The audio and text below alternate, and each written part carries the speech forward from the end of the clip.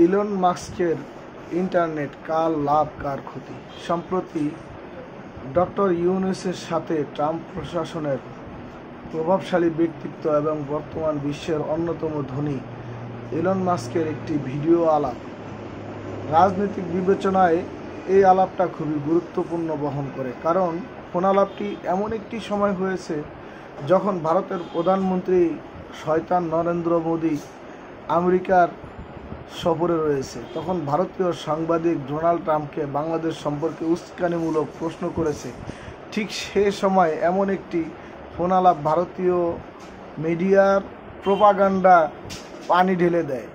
Doctor ইউনূসের সাথে Elon মাস্কের যে ফোন আলাপ হয় তা মূলত ইলন মাস্কের প্রতিষ্ঠান স্টারলিংয়ের বাংলাদেশের ব্যবসা প্রসঙ্গে। ইলন মাস্ক বাংলাদেশে তার ব্যবসা স্থাপন করতে আগ্রহী। ডক্টর ইউনূস তাকে আইডিয়া দিয়েছেন যে কিভাবে স্টারলিংকের মাধ্যমে বাংলাদেশের প্রত্যন্ত অঞ্চলে এই ব্যবসা ছড়িয়ে দেওয়া যায় এবং এ থেকে দেশের দারিদ্র জনগোষ্ঠীর সুবিধা পেতে পারে। যতটুকু জানা যায়, ইলন মাস্ক খুব আগ্রহ নিয়ে ডক্টর ইউনূসের বক্তব্য শুনেছেন এবং বাংলাদেশে ব্যবসার ব্যাপারে আগ্রহ প্রকাশ করেছেন। কিন্তু আমার আলোচনার বিষয় হলো, স্টারলিংক যদি বাংলাদেশে আসে তাহলে কিভাবে লাভবান হব, বা এই দেশে স্টারলিংকের ব্যবসা সাস্টেনেবল হবে না। কারণ শোনা যাচ্ছে স্টারলিংকের এই ইন্টারনেট সেবা ব্যয়বহুল। আসলে কি সত্যি? একটু বিস্তারিত বলি।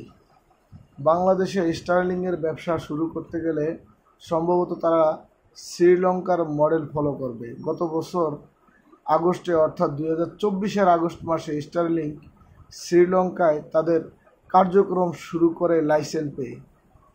খুব ব্যাপক আকারে এখনও তাদের কার্যক্রম শুরু হয়নি, তবে স্বল্প পরিসরে তারা কিছু সার্ভিস ওপেন করেছে। সেখানে স্টারলিংকের সার্ভিস মূলত দুই প্রকার, একটি পার্সোনাল সার্ভিস এবং আরেকটি কমার্শিয়াল সার্ভিস। পার্সোনাল সার্ভিসে আপনি আপনার ব্যবসা বা বাড়ির অফিসে লাইনটি ইউজ করতে পারবেন। এর জন্য একটি ডিভাইস কিনতে হবে, মাসিক চার্জ দিতে হবে। ডিভাইসের ন্যূনতম মূল্য বাংলাদেশি টাকায় 45,000 টাকা, আর মাসিক চার্জ বাংলাদেশি টাকায় 6,000 টাকা। এতে আপনি স্পিড পাবেন 25 Mbps থেকে 220 Mbps পর্যন্ত। স্বাভাবিকভাবে আপনি স্পিডের অ্যাভারেজ থাকবে 100 Mbps-এর উপরে, অনেক বেশি। বাণিজ্যিক কানেকশনের ক্ষেত্রে স্পিড থাকবে 40 Mbps থেকে 220 Mbps পর্যন্ত। এক্ষেত্রে বিশেষত তারা 300 Mbps হতে পারে।